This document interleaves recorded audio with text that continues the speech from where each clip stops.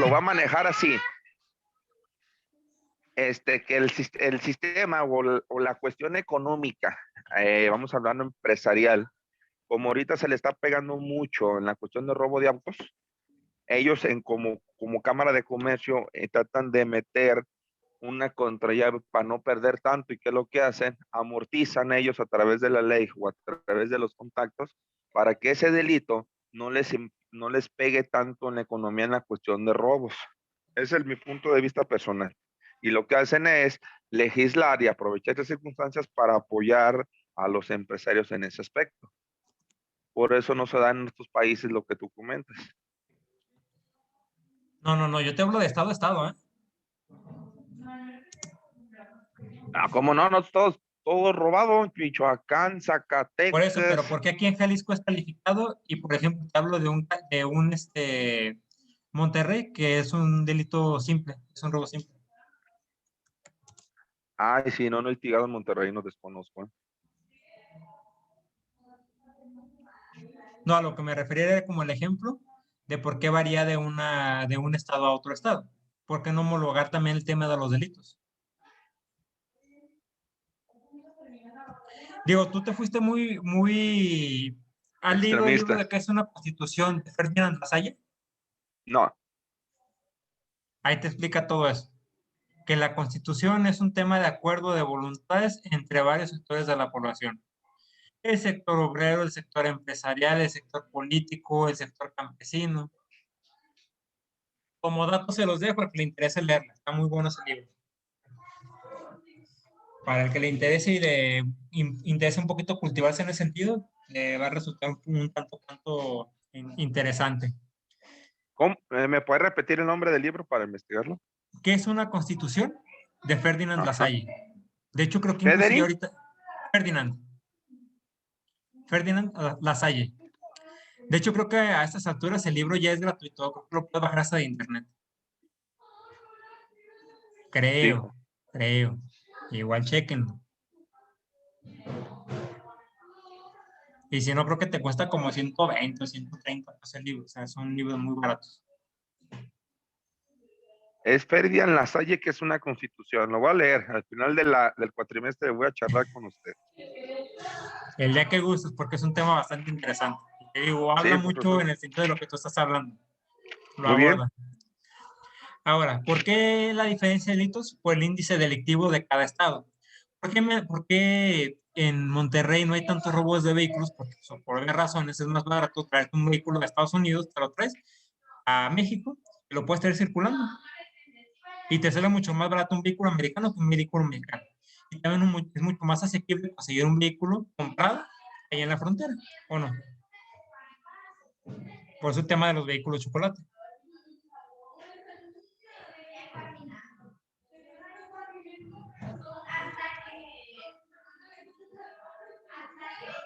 Ahora bien, regresando al tema. ¿Quién me puede hablar del 2.1? ¿Quién me puede hablar de los elementos, los aspectos relacionados con la etapa probatoria adjetiva? ¿Qué me pueden hablar de ello? Primero, ¿qué es la etapa probatoria adjetiva? ¿Qué es lo adjetivo y qué es lo subjetivo? Eso sí lo platicamos la semana pasada.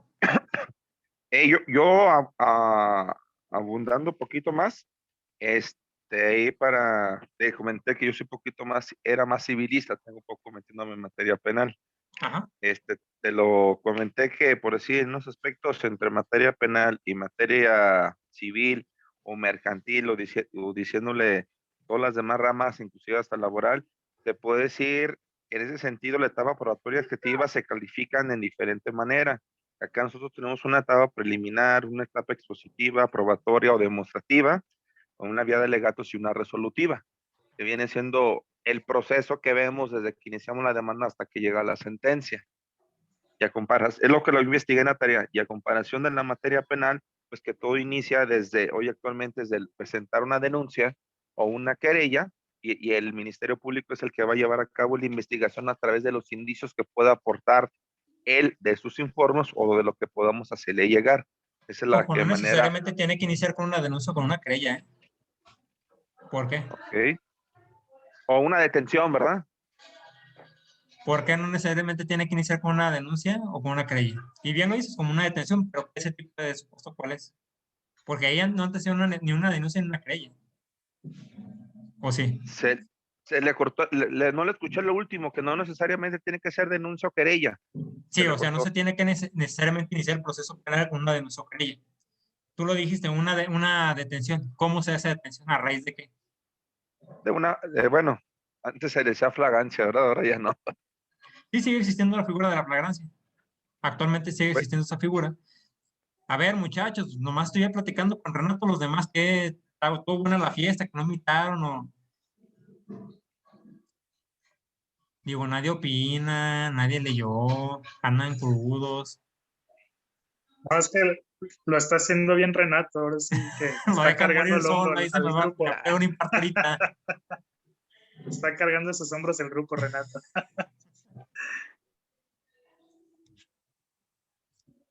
A ver, ¿quién más, muchachos? No me dejen morir solo a Renato. échale, písale.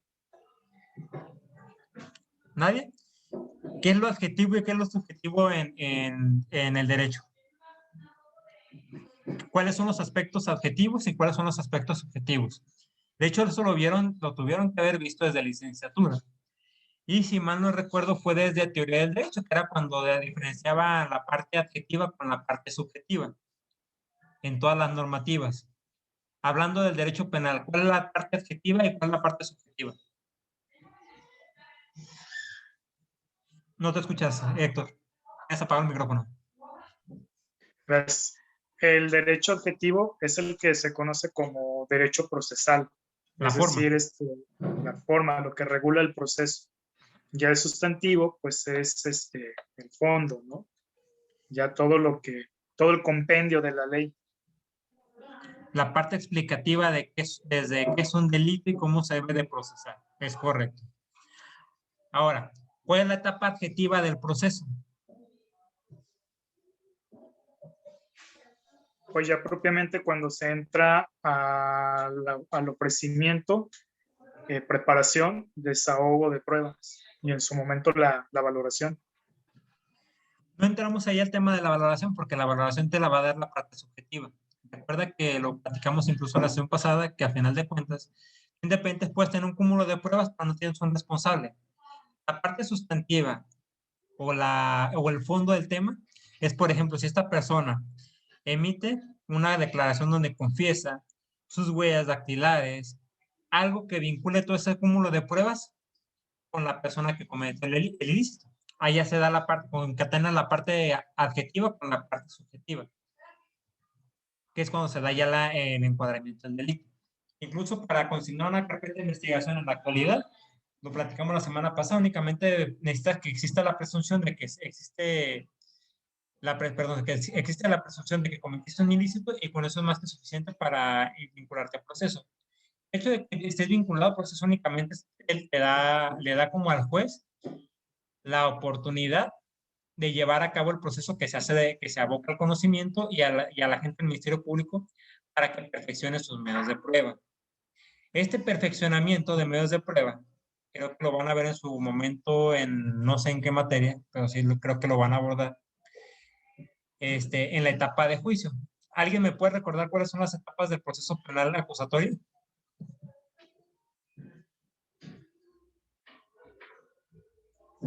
Inicial, Pues intermedio y oral. La etapa inicial, Es la ¿qué etapa de, actuaciones? es la etapa de vinculación e imputación de un delito. Ajá. La intermedia. Y la intermedia, pues es cuando, ahora sí, como usted dice, los indicios se hacen pruebas, se desechan o se admiten, y es donde cuando el ministerio, y es cuando el Ministerio Público, ahora sí tiene que acreditar y vincular totalmente el delito, comprobarlo. Oye, Renato, ¿dónde me ponen la etapa de investigación complementaria?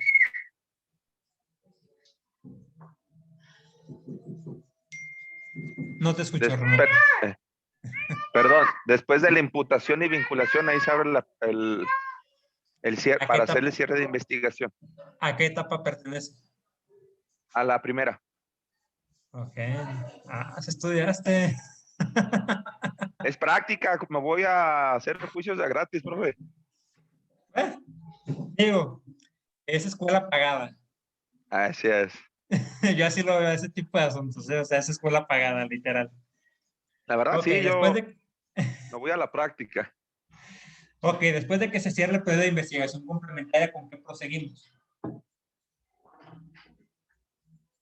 Que viene siendo la etapa intermedia, que es la primera actuación posteriormente al cierre de la investigación complementaria. La etapa intermedia en su fase oral y en su fase escrita.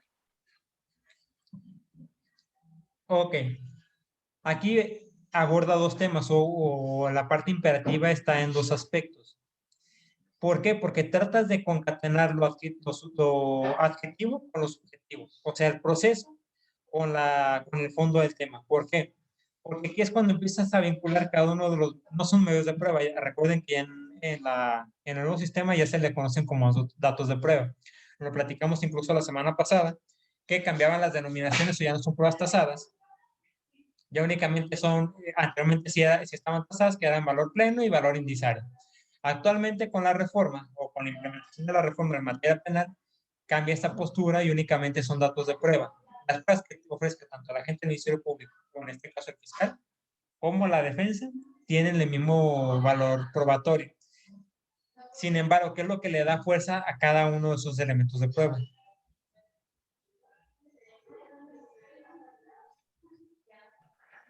Yo lo puedo decir por práctica, que en ese ofrecimiento de medios de prueba que usted dice, reiterando es donde está la Más bien el desahogo, admisión. ¿no? Porque ya, Sí, ya estamos en la etapa de desahogo. El ofrecimiento es en la pero, etapa de investigación complementaria. pero hay algo importante ahí, que inclusive se puede llegar a modificar el delito ahí, pero sin modificar los hechos, ¿no? Por Totalmente. decir, eso es algo muy importante que... yo tengo una duda, ¿es donde entra ahí el concepto de concurso de delito o variación del delito o qué error tengo ahí? ¿Cómo? No te escuché bien.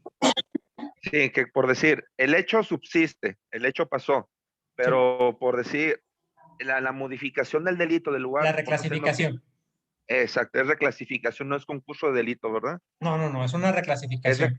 reclasificación. Sí, porque cuando dijiste modificación no es una reclasificación, porque como hemos platicado, las personas que se dedican a materia penal no me dejan mentir, que hay delitos que se parecen. Hay ocasiones en que confunden tanto el delito de robo, el delito de fraude y el delito de abuso de confianza. Pero recuerden que tiene cada uno de los delitos elementos muy específicos para que sea de tipo penal. Yo siempre se los digo a mis alumnos, el tema de un delito es un guante.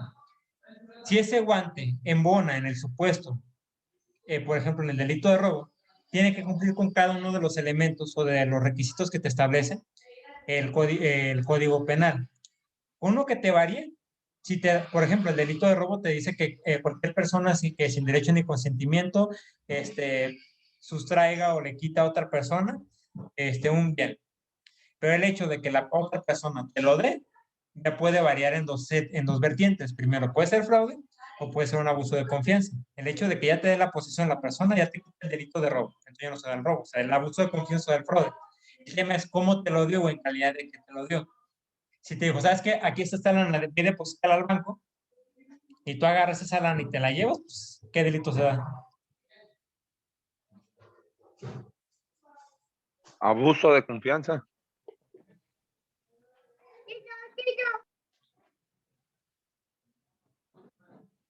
Porque el abuso de confianza y no puede ser fraude. Bueno, vamos manejando si son conocidos o no son conocidos. Ahí me le iba a agarrar, ¿verdad?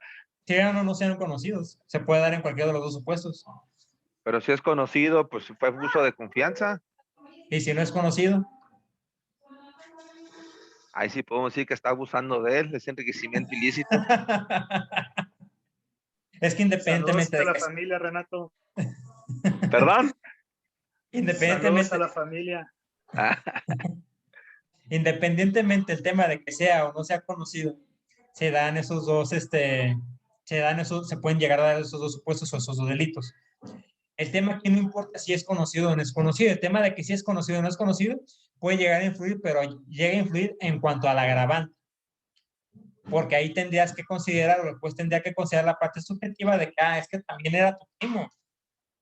Entonces este canijo, ya con la confianza que tú le tenías, y está disponiendo o está abusando de esa confianza. Porque, por ejemplo, yo en muchas ocasiones le pido, o hay repartidores que llegan y, por ejemplo, los Uber, tú ni los conoces, muchas veces les encargas que te lleven documentos o que te hagan alguna entrega y no los conoces. ¿Ahí cuál delito se daría? ¿Fraude o abuso de confianza? Fraude. ¿Por qué? Porque está contratando a una empresa y le está respaldando a la empresa. No Y estás ya, contratando a la empresa. Confianza. No hay una contratación de una empresa. pero la plataforma te da el servicio ahí, el Uber, de entrega. Sí, pero Ahí no recuerda es que en hay, contra de la, es que no, no va en aún así contra no, de la persona. no, porque a final de cuentas tú le estás dando la posición de la cosa. Ellos no te engañan. Un elemento imprescindible para el delito de fraude es que mediante el error o el engaño acometas hacia otra tercera persona que te haga la entrega de un bien. Pero existe un elemento que es el engaño y es la intención de engañar para el fraude. Oigan, últimamente, ¿por qué le estoy dando clases de delitos? Está bien, profe, pues ya No, nos dimos vámonos. cuenta que es bueno. Esa no es mi acreditarlos, clase, profe. ya ustedes vayan y reclamen la que les dé delitos, conmigo no. Bueno, cerramos este tema para cerrar el punto 1, porque sí va concatenado, pero en su momento ya, si les tocó impartir esa clase, chido, si no, pues ya ahí se hablan con el maestro que les corresponda. Ok. Cuando estás en la etapa intermedia, obviamente vas a concatenar los elementos subjetivos, los elementos adjetivos, que son, por ejemplo, los hechos materiales, que pueden ser, por ejemplo, los datos de prueba, como por ejemplo el arma, un arma blanca, casquillos, ropa, cualquier elemento físico que hubo en el espacio donde se cometió el ilícito. ¿Cuáles son los elementos subjetivos? Vincular esos elementos adjetivos con la persona detenida o con la persona investigada. ¿Cómo los vas a vincular? Ya sea con testimoniales, confesionales, dictámenes periciales, que diga, sí, efectivamente hay material genético de la persona en la víctima, X o Z. Es como lo vas a vincular. Ahí es donde se subsumen ambas vertientes y se concatenan para ahora sí acreditar el hecho, el tipo jurídico con el elemento subjetivo que son los datos de prueba. ¿Va? Y ya ahorita ya le paramos a delito, ya eso no me corresponde, ya eso lo tratarán con otro maestro. Ok, ¿cerrar este tema o tienen dudas respecto a este 2.1? Todo bien, profe. Ya con la regañada, todo bien. No es regañado, pero sí es que me Sí desvió tenía del tema, duda, pero era muchachos. de delitos. Sí había dudas, pero era de delitos. Es que realmente a mí, si me enfoco a delitos o empiezo a abordar otros temas, les juro que no vamos a alcanzar a botar el temario, muchachos. Otro día con más calma, nos vamos y nos tomamos un café, platicamos, compartimos, degustamos, comemos y abordamos temas que tengan dudas. Pero sí, Nos, ahorita sí me cuesta trabajo porque en verdad no voy a empezar a agotar los temas que nos corresponden. nos gusta ir al Texas, nuestro, por para que no se asuste.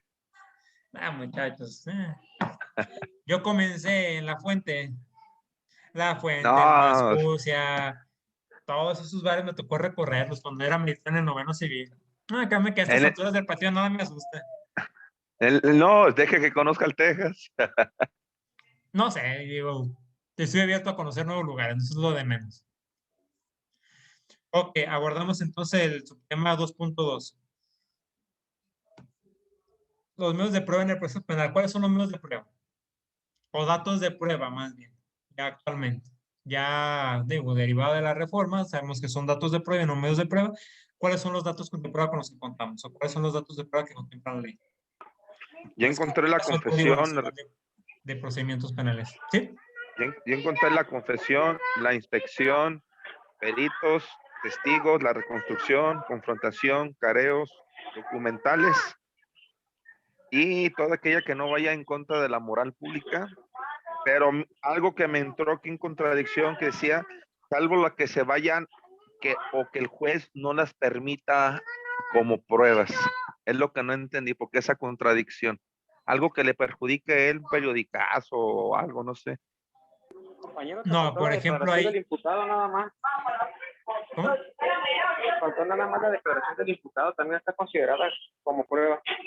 Sí, aparte se puede negar el imputado a declarar. O sea, él puede negarse totalmente y no pasa absolutamente nada. Es el único caso de excepción. En el caso contrario, la víctima sí está obligada a declarar. Que ahí sí de repente, o esto en donde yo abordé una parte de mi tesis de doctorado, el tema de las tecnologías de la información en el proceso penal.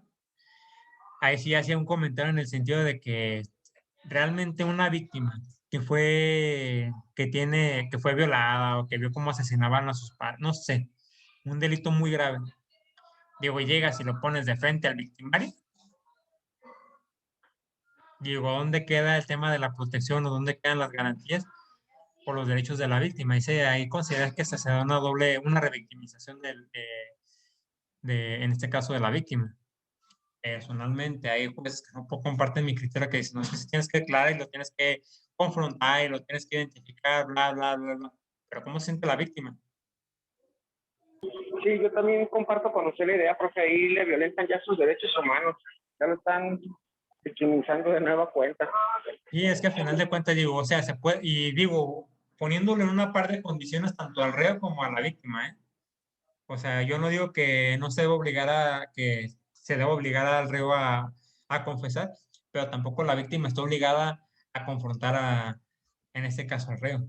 Porque imagínate cómo se sentía eso, el daño que le causó emocional. Digo, la víctima está preparada siempre para confrontar a su victimario. Digo, son criterios que yo no comparto y hay cosas que sí son muy especiales en ese sentido que digo, híjole, amigo, pues, ¿qué te digo?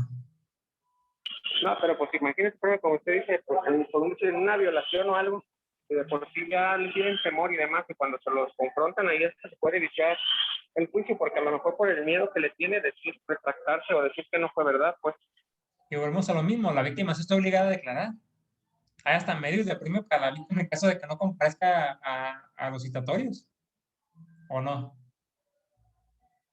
Claro que sí, de hecho, pues siempre se ha tenido como tesis en todo el sistema penal de los careos, era lo que siempre habíamos manejado desde hace muchísimos años, el por qué hacer un careo cuando tienes un daño psicológico ya con el secuestrado, con el asesino, con el asaltante o con el violación. De hecho, Totalmente.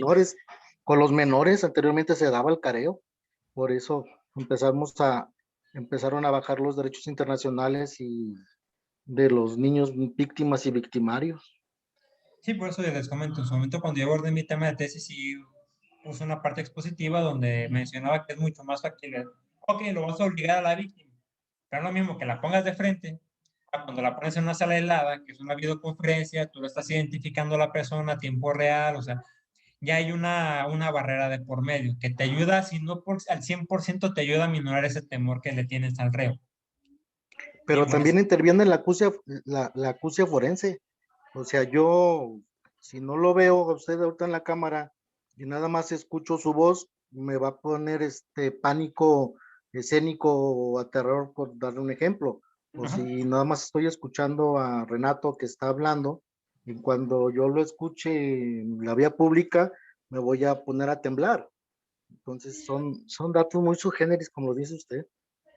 Sí, volvemos a lo mismo. O sea, yo lo que pretendía justificar en su momento en mi tesis era el tema de que, si bien es cierto, no es lo mismo tener al victimario a 5 metros de ti en un estrado, a cuando lo estás haciendo mediante videoconferencia, que él no te está viendo, pero la víctima sí te está viendo, sí te está identificando, porque al final de cuentas quien lo tiene que identificar es la víctima, no el victimario.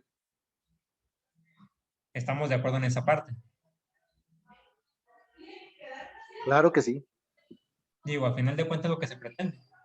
Y ya confrontándolo de esa forma, pues obviamente la víctima se siente en una zona como de confort, una zona segura, un espacio seguro, donde con toda la libertad puede declarar en contra del imputado. Digo, ya hablando en un caso muy extremo que se tenga que hacer, Pero si yo independientemente de que me ha tocado representar tanto víctimas como, perdón muchachos, se va a cerrar la sesión, me desconecto y me reconecto en 30 segundos, ¿vale? Para que se vuelvan a conectar.